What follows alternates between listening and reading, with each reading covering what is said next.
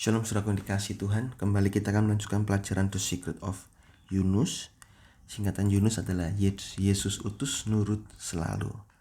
Di mana Tuhan mengutus kita mau belajar nurut. Kita sudah masuk di ayat yang keempat. Saya bacakan dalam terjemahan baru berbunyi demikian. Tetapi firman Tuhan, layakkah engkau marah? Dalam terjemahan lama, apakah patut engkau marah begitu? Ini kalimat yang begitu dalam saudaraku. Di mana kalimat pengajaran Allah sangat mengasihi Yunus sehingga Allah masih memberikan pengajaran, memberikan penjelasan. Ini pelajaran pertama. Pelajaran pertama Allah, apakah engkau layak marah Yunus? Kau tidak layak marah. Karena seorang hamba Tuhan sejati adalah hanya melakukan sesuai perintah, tanpa syarat, tanpa alasan, tanpa perbantahan. Lukas 17 ayat 10. Saya adalah hamba-hamba yang gak berguna. Saya hanya melakukan apa yang harus saya lakukan. Ini pelajaran pertama. Nanti ayat 5-11 itu pelajaran kedua. Pelajaran tentang pohon jarak. Tapi yang pertama dulu. Saat kita melakukan pelayanan, tidak boleh ada perbantahan. Tidak boleh ada mau penghargaan, ingin penghargaan. Tidak boleh ada syarat-syarat apapun. Saya mau melayani engkau Tuhan, tapi kalau saya diberkati Tuhan, tidak boleh ada itu. Tanpa alasan apapun. Harus taat perintah Tuhan. Kenapa? Karena kita ini dulu diperbudak dosa tapi sudah dibayar lunas dengan darah yang mahal, dibeli. 1 Korintus 6 ayat 19-20. Oleh karena itu muliakan Allah dengan tubuhmu dan dengan rohmu. Dalam bahasa Inggrisnya dikatakan with tubuhmu dan rohmu. Jadi seakan-akan kita ini budaknya Tuhan. Tapi apakah sebagai budaknya Tuhan kita ini sengsara? Tidak. Kita pertaruhkan hidup kita dalam tangan Tuhan. Walaupun secara kasat mata tampaknya kok tidak enak, kok ada penderitaan demi penderitaan kita harus alami, tapi kita tahu ujung dari penderitaan itu adalah kemuliaan nama Tuhan. Roma 8 ayat 18. Penderitaan dunia saat ini tidak sebanding dengan kemuliaan yang akan kita terima, baik di hidup yang akan datang maupun sampai kekal. Oleh karena itu kita harus memuliakan Tuhan. Tuhan tidak pernah berlaku jahat dan berbuat jahat. Kita harus tahu posisi kita sebagai anak Allah sekaligus sebagai hamba Tuhan. Sebagai hamba Tuhan kita harus senantiasa taat apa yang diperintahkan. Sedangkan sebagai anak kita harus selalu menyenangkan hati Bapa dengan tindakan kita, termasuk juga melayani Tuhan. Ayo senangkanlah hati Bapa kita dengan pelayanan kita. Kalau kita bisa melayani dengan benar, dengan mengasihi Allah, di pihaknya Allah, jerih payah kita tidak akan sia-sia. Walaupun kita tidak minta, Tuhan berkati. 1 Korintus 15 ayat 58. Tuhan juga sebagai Bapa yang baik akan merencanakan yang terbaik buat kita. Tapi kita boleh minta, karena kita anak. Matius 7:11. Mintalah, maka pintu akan dibukakan. Ketuklah, maka pintu akan dibukakan. Mintalah, maka akan diberikan kepadamu. Carilah, maka engkau akan mendapat. Tapi kalau kita minta dengan sesuai hatinya Tuhan, Tuhan juga akan mengabulkannya. Walaupun Tuhan sudah tahu lebih dulu, tapi kita minta ini sebagai wujud kita berserah dan percaya kepada Bapa. Ini respon yang disenangi oleh Bapa. Jika kita minta sesuatu yang cocok dengan hatinya Bapa, maka doa kita, permintaan kita akan dikabulkan. 1 Yohanes 5 ayat 14-15.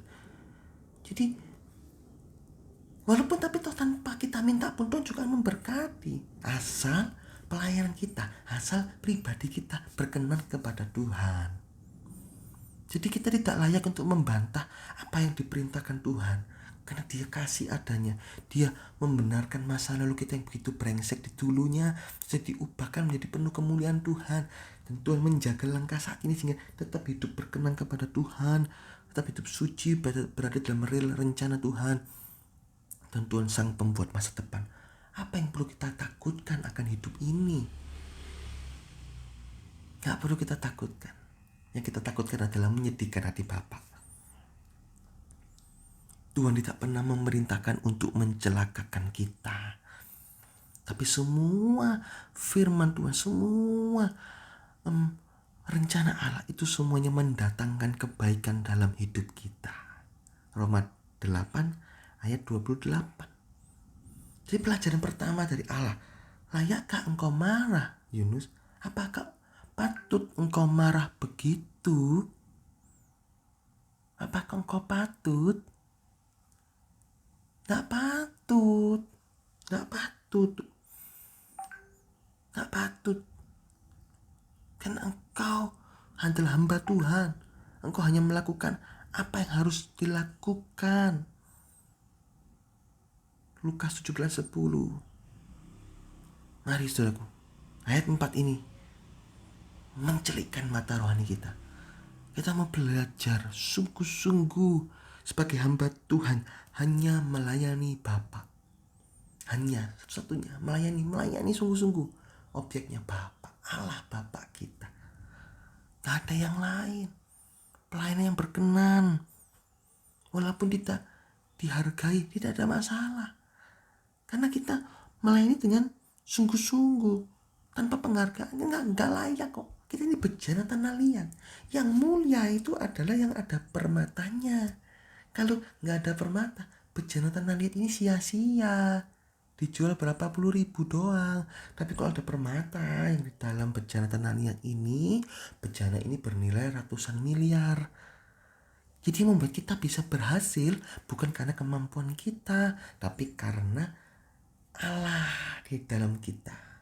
Bagaimana Allah bisa tinggal dalam kita? Pastikan pribadi kita adalah pribadi yang berkenan kepada Tuhan, pribadi yang mau menyenangkan Tuhan, hidup dalam kekudusan, wadah yang siap pakai. Ini loh. Kadang orang itu, Tuhan tuh kenapa aku gak pakai orang ini? Karena gak siap pakai. Tuhan, aku mau cari hamba Tuhan yang hidup suci, udah dipakai untuk melayani si A. Kamu gak siap pakai. Pastikan kita siap pakai. Tuhan ingin cari apa? Kejujuran dalam hidupku. Ada. Tuhan mau cari apa? Kemampuan mengajar firman Tuhan. Ada. Kita belajar firman Tuhan. Tuhan ingin cari apa? Kerendahan hati. Ada. Tuhan mau cari apa? Kemampuan jujur, kemampuan hormat sama orang tua. Ada semua. Pribadi yang itu ada semua. Ya enak Tuhan, tinggal pakai. Ya kamu kerja ini, kamu ke sini, kamu ke sini, kamu ke situ, dan pahalanya besar karena siap pakai. Serba bisa. Ini yang Tuhan inginkan ada dalam hidup kita sebagai orang percaya. Serba bisa. Dan kalau kita setelah melayani Tuhan, saya adalah hamba yang tidak berguna, hanya melakukan apa yang harus dilakukan. Ya, saudaraku ya, ini sedikit dari ayat yang keempat, dan ayat yang kelima sampai 11 ini video. Mungkin saya akan berikan beberapa video di sini saudaraku tentang pelajaran tentang pohon jarak.